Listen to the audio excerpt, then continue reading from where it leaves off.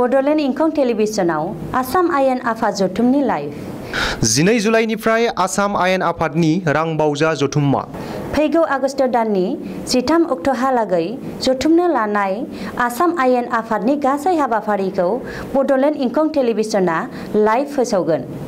मुंख'नो गोनांदि बड'लेण्ड इंखं टेलिभिजनखौ केबल लोगोसे इउटिउबआव आरो गुबुन गुबुन बिजोङाव टेलिकास्ट खालामनाय जायो। बड'लेण्ड इंखं टेलिभिजनाव आसाम आयेन आफाद जथुमनि लाइभ 12 जुलाइनिफ्राय आसाम आयेन आफादनि रांबावजा जथुम्मा फैगौ आगस्ट दाननि 13 अक्ट'हालागै जथुमनो लानाय आसाम आयेन आफादनि गासै हाबाफारिखौ बड'लेण्ड इंखं टेलिभिजना लाइभ फोसावगोन। मुंख'नो गोनांदि बड'लेण्ड इंखं टेलिभिजनखौ केबल लोगोसे इउटिउब आरो गुबुन गुबुन बिजोङाव टेलिकास्ट खालामनाय जायो। खुलुमबाय, बड'लेण्ड इंखं टेलिभिजन स्टुडिअ'आव आं उपमारानि दैमारि। दिनैनि गाहाय रादाबाव दं। बिटिआर गोरोबथानि दफाखौ थाबैनो मावफुंनो थाखाय एबसुनि थान्दै हान्जाया दिल्लीयाव नखर बिफानखौ लोगो हमहैदों। बिटिआरनि जर'खा टेटखौ लाना ससियेल मिडियायाव दान्थे बिदान्थे। बिश्वजित दैमारिया रोखा खालामदों तामुलपुर जिल्लायाव भेरगावआ हाबसना।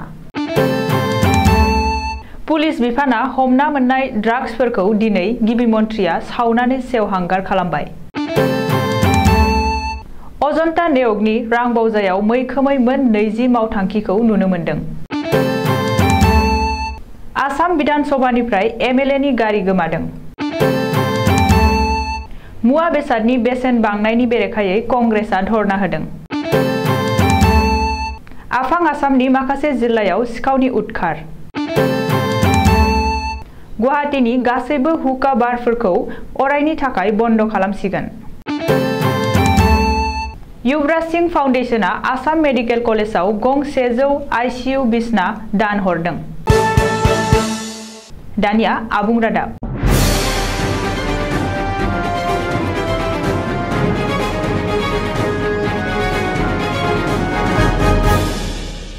मिरु एबसुनि आफादगिरि दिपेन बर'नि दैदेननायाव मिरु एबसुनि साबा सोद्रोमाफोरनि मोनसे थान्दै हान्जाया शुक्रबारखालि गोदान दिल्लीयाव थांना मिरु नखर बिफाननि मावख'गिरिफोरखौ लोगो हमना बिटिआर गोरोबथानि दफाफोरखौ थाबैनो मावफुंनो थाखाय दाबि खालामहैदों।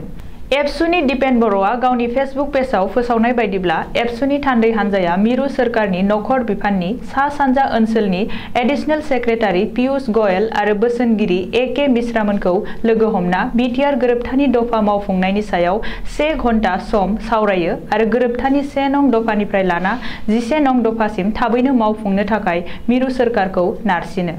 एबसुनि थान्दै हान्जाया बिटिआर गोरोबथानि गुबुन सासे सागानगिरि आरो एनडिएफबिनि गायसनगिरि आफादगिरि रन्जन दैमारिजों लोगोसे दासिमबो जोबथेसालियाव थानांनाय एनडिएफबिनि सोद्रोमाफोरखौ उदां खालामना थाबैनो थिसनथाइ होनो थाखायबो मिरुनि नखर बिफानखौ खावलायो। बेजों लोगोसेनो थाबैनो बिटिआर गोरोबथानि दफा मावफुंनो थाखाय मिरु नखर मन्थ्रि अमित शाहनिसिम गांसे गोसोखांलाइ गथायनाय जायो होनना दिपेन बर'आ फोरमायदों। दिपेन बर'आ दैदेननाय एबसुनि थान्दै हान्जायाव दंमोन मिरु एबसुनि बोसोनगिरि खुंख्रा स्वर्गयारी, लोगो आफादगिरि खोरोमदाव औवारी, गाहाय नेहाथारि खनीन्द्र बसुमतारी आरो लोगो गाहाय नेहाथारि कास्टम बसुमतारी मोना। बिटिआर हालामनि थाखाय आलादायै खुंजानो गोनां जर'खा टेट आनजादखौ लानानै ससियेल मिडियायाव जोबोरैनो दान्थे बिदान्थे सोलिगासिनो दं। बिटिआरनि जर'खा टेट आनजादखौ बिएड आरो डिएलएड डिग्री गैयि बिजाथिफोराबो लिरनो मोननाय मोनिखौ लानानै बे दान्थे बिदान्थेया जादों। मख'नो गोनांदि बिटिआरनि जर'खा टेट आनजादखौ बिएड आरो डिएलएड गैयि बिजाथिफोराबो लिरनो मोनगोन होनना बिटिसिनि गाहाय प्रमद बर'आ शुक्रबारखालि फोसावनायनि उनावनो ससियेल मिडियायाव दान्थे बिदान्थे जानायखौ नुनो मोन्दों। बिटिसिनि गाहाय प्रमद बर'आ जर'खा टेट आनजादाव गासैबो बिजाथिफोरानो बाहागो लानो हागोन होनना फोसावनायखौ गोरलैयै गनायनानै लानो हायाखै बिटिआर ओनसोलनि बिएड आरो डिएलएड डिग्री गोनां फरायसा आरो बिजाथिफोरा आरो गावसिनि इयुनखौ लानानै गिखांनाय सोमजिदों। नाथाय गोबाङानो प्रमद बर'नि बे फोसावनायखौ बरायदों आरो गोजोननाय फोरमायदों। मानोना लाख लाख रां होनानै बिएड आरो डिएलएड डिग्री लानो हायि गोबांसा गुन गोनां मोजां फरायसाफोर दं आरो बैसोरबादि फरायसाफोरा टेट आनजाद लिरनो खाबु मोनगोन होनना जुक्ति होदों।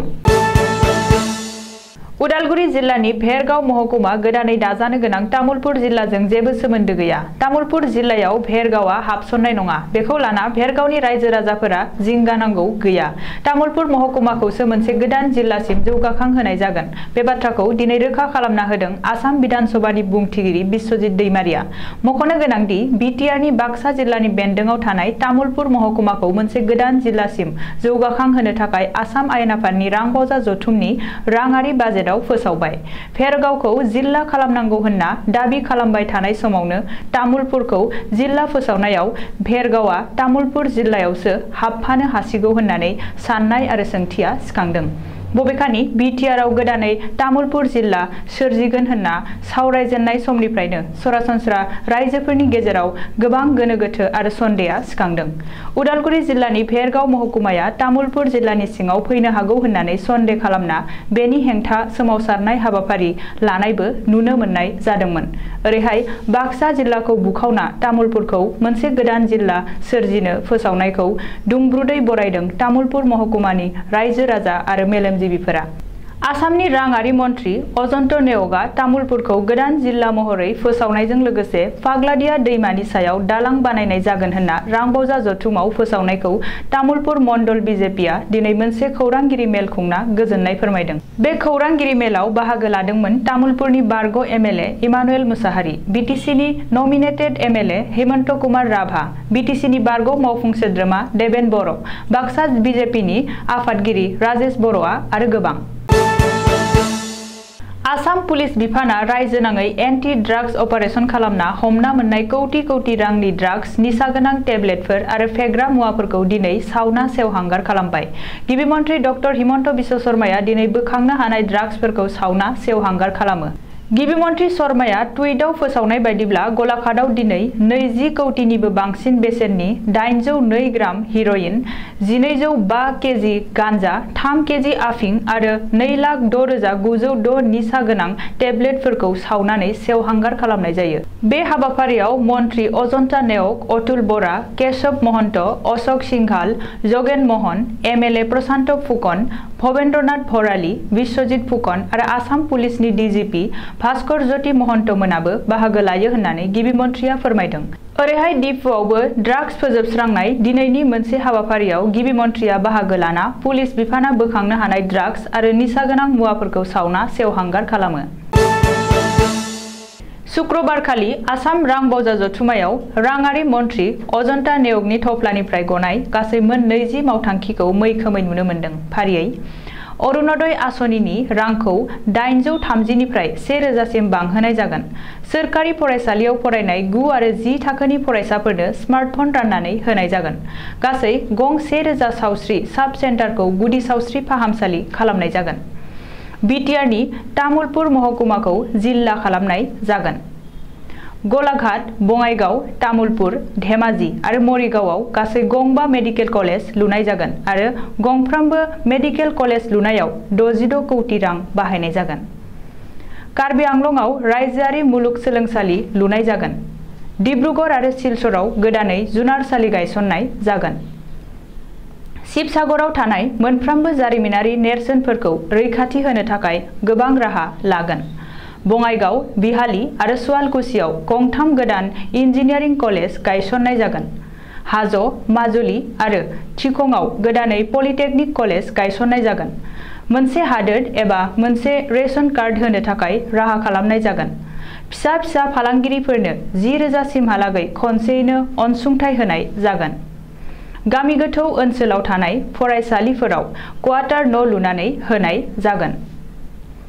आइजोफोरखौ खैफोदनिफ्राय रैखा मोनहोनो सोरखारा 181 नम्बरनि हेल्पलाइन गायसननो राहा लागोन।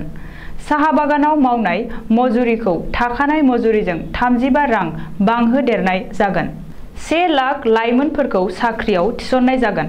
4 पुलिस बेटेलियन आरो 4 फरेन्सिक लेबरेटरि गायसननाय जागोन। साहा बागानाव खामानि मावग्राया आजिरा मोनोब्ला 50,000 आजिरा अनसुं मोनगोन। 37,645 फरायसानो बेसेन नाङाजासे गाननाय जोमनाय खसाब राननानै होनाय जागोन। सोरखारि इन्जिनियारिं कलेजनि गासै 121 फरायसाफोरनो गुबुन हादोराव थांनानै सोलोंथाइ लाहैनो खाबु होगोन। आसाम आसाम आयेन आफादनि बाजेट जथुम सोलिगासिनो थानाय समावनो बिधान सभानिफ्राय एमएलएनि गारि गोमादों। गोख्रों रैखाथियाव थानाय आसाम बिधान सभानि सिंनिफ्रायनो एमएलएनि गारिखौ खावना लांदों स्मार्ट सिखावा। जाथायनि बागै मिथिनो हानाय बादिब्ला मैया बाजेट जथुम सोलिगासिनो थानाय समावनो बारग' मन्त्रि आरो बङाइगावनि एमएलए फणिभूषण चौधुरीनि एनभा गारिया गोमादों।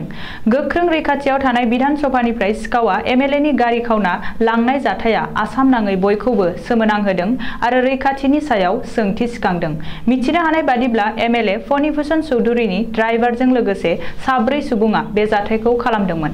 खावना लांनाय गारिया नुमलीगड़आव जाब्रबथाय जाहैनायनि उनावसो गासैबो जाथाया सोराङाव फैयो। मख'नो गोनांदि बे जाथायजों लोब्बा थानाय गासैबो सिखावानो पुलिसजों हमजाबाय। दिसपुर पुलिसा हरेस आली, शफिकुल आहमेद आरो आरिफुल आलीखौ हमनो हाबाय। ओरैहाय गाहाय सिखाव आरो फणिभूषण चौधुरीनि ड्राइभारखौ गलाघाट पुलिसा हमनो हायो होननानै मिथिनो हादों। बबेखानि बे गारि खावनाय जाथायजों लोब्बा थानाय सासे सुबुङा कंग्रेस एमएलए रकिबुल हुसेननि ड्राइभार होननानैबो सुलुङाव फोरमायदों।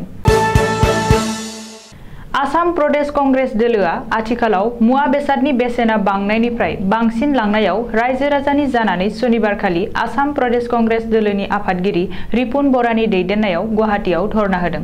खौरांगिरिनि सिगाङाव रिपुन बराया बुंदोंदि आथिखालाव बिजेपि सोरखारा मुवा बेसादनि बेसेन बांनायखौ होबथानो जेबो राहा लायाखै। नरेन्द्र मोदीजों दैदेनजानाय बिजेपि सोरखार आरो आसामाव डक्टर हिमन्त बिश्व शर्माजों दैदेनजानाय सोरखारा आथिखालाव हारिखौ हारिजों एना एनि खालामनाय आरो मोनसे धोरोमखौ गुबुन धोरोमजों एना एनि खालामहोनायावल' मुखुब थादों। नाथाय बांलांनाय बेसेनखौ होबथानायनि जेबो राहा लायाखै। मख'नो गोनांदि आथिखालाव दुलाराय भारतआव पेट्रल डिजेलनि बेसेना 100 रांनिबो बांसिन जालांनायखौ नुनो मोन्दों। सनिबारखालि सानजा आसाम गौकुवाकाटायाव लिटारसे पेट्रलनि बेसेना 100.06 रां आरो लिटारसे डिजेलनि बेसेना 91.97 रां रेकर्ड खालामदों। बेनि अनगायैबो अन्ध्र प्रदेशनि तिरुआव लिटारसे पेट्रलनि बेसेना 100.24, बिहारनि मुजाफरपुराव 104.06, छत्तीसगढ़आव 100.46, मध्य प्रदेशआव 100.41, उड़िष्यायाव 101.22, राजस्थानाव 103.16 रांसिम पेट्रलनि बेसेनखौ नुनो मोन्दों। महामारी कर'ना भाइरासनि गिख्रंथाव गाग्लोबनाय आरो अलखद थासारिनि गेजेरावनो आफां आसामनि माखासे जिल्लायाव सिखाव एबा ब्लेकमेननि उदखार। ब्लेकमेननि थाखायनो चिरां, बङाइगाव, क'क्राझारखौ लानानै माखासे जिल्लायाव उन्दुनाय गैयै आरो गिख्रंथाव थासारि जादों सरासनस्रा रायजो राजाफोरनि गेजेराव। मख'नो गोनांदि ब्लेकमेना हर जानाय लोगो लोगो आखायाव गोबौ हाथियार लाना ओंखारो आरो बिगुमानि न'आव दरजा खिरखि आरो नखराव थानाय रां रुफा सम्पथिफोरखौ लुथिनानै लाङो होनना नंखाय खौराङा आफां आसामनि माखासे जिल्लायाव गोसारगासिनो दं। जायनि जुनै जायगा जायगा गामिनि रायजोफोरा ब्लेकमेननिफ्राय रैखा मोननो थाखाय हराव पहरा होनाय खौरांफोरखौ मोननो हागासिनो। ओरैहाय ब्लेकमेनखौ लाना गिख्रंथाव माखासे गामिफोराव सिनाय मोनि सुबुंफोरनि हाबनायखौबो होबथाना दोनबाय होननानै मिथिनो हादों। आसाम आरो सा सानजा भारतनि देरसिन नोगोरमा गुवाहाटीआव थानाय गासैबो हुक्का बारफोरखौ अरायनि थाखाय बन्द खालामसिगोन। गुवाहाटी नोगोरमानि गासैबो हुक्का बारफोरखौ अरायनि थाखाय बन्द खालामनाय जासिगोन होननानै गुवाहाटी मिउनिसिपाल कर्परेसना शुक्रबारखालि फोसावदों। रिपर्टनि बायदिब्ला गुवाहाटी मिउनिसिपाल कर्परेसननि कमिशनार देबशिश शर्मानि दैदेननाय मेलाव बे बिथांखिखौ शुक्रबारखालि लादों आरो गुवाहाटी नोगोरमानि गासैबो हुक्का बारफोरखौ बन्द खालामनो बिथोनलाइ फोसावदों। मख'नो गोनांदि आथिखाल कर'ना भाइरासनि थासारिखौ नायनानै गुवाहाटी नोगोरमानि गासैबो हुक्का बारफोरखौ थांनाय 5 जुन खालारनिफ्रायनो बन्द खालामनानै दोननाय जादों। इन्डियान क्रिकेट टीमनि बारग' क्रिकेटार आरो सिक्सारमेन मुङै बुहुमनाङै मोनथिजानाय युवराज सिंहआ आसाम मेडिकेल कलेज देहा फाहामसालियाव गं 100 आइसिइउ बिसना दान हरदों। गिख्रंथाव महामारी कर'ना भाइरासनि गाग्लोबनायनिफ्राय खुदियाफोरखौ रैखाथि होनाय आरो फाहामथाय होनायनि थाखाय आसाम मेडिकेल कलेज देहा फाहामसालियाव गं 100 आइसिइउ बिसना दान हरदों युवराज फाउन्डेसना। मख'नो गोनांदि कर'नानि थामथि दोहौनि गाग्लोबनायाव उन्दै उन्दै खुदियाफोरनि थाखाय गिख्रंथावसिन जानो हागौ होनना संबिजिरफोरा फोसावदों आरो सन्देह खालामनाय जादों। बेखौ नोजोर होना युवराज सिंह फाउन्डेसना गं 100 आइसिइउ बिसना दान हरदों। दानिया बोथोरनि खौरां। गाबोन रबिबारखालिनि बड'लेण्डनि बोथोर।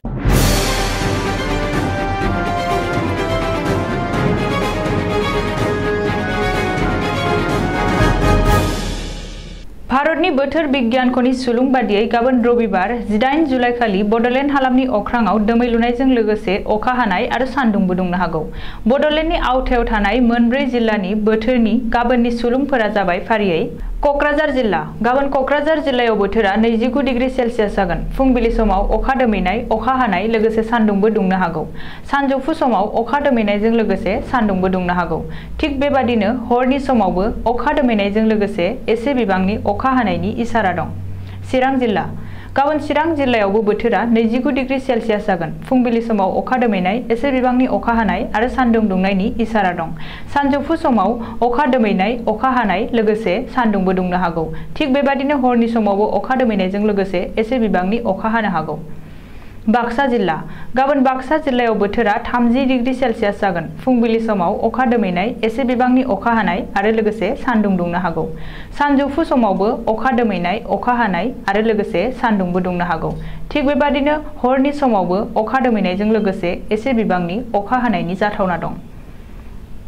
उदालगुरि जिल्ला गाबोन उदालगुरि जिल्लायावबो बोथोरा 30 डिग्री सेल्सियास जागोन। फुंबिलि समाव अखा दोमैनाय एसे बिबांनि अखा हानाय आरो सान्दुंबो दुंनो हागौ। सानजौफु समावबो अखा दोमैनाय अखा हानाय आरो सान्दुंबो दुंनो हागौ। थिग बेबादिनो हरनि समाव अखा दोमैनायजों लोगोसे एसे बिबांनि अखा हानायनि इसारा दं। दिनैनि रादाबा एसेनोसै। गोजोन्थों।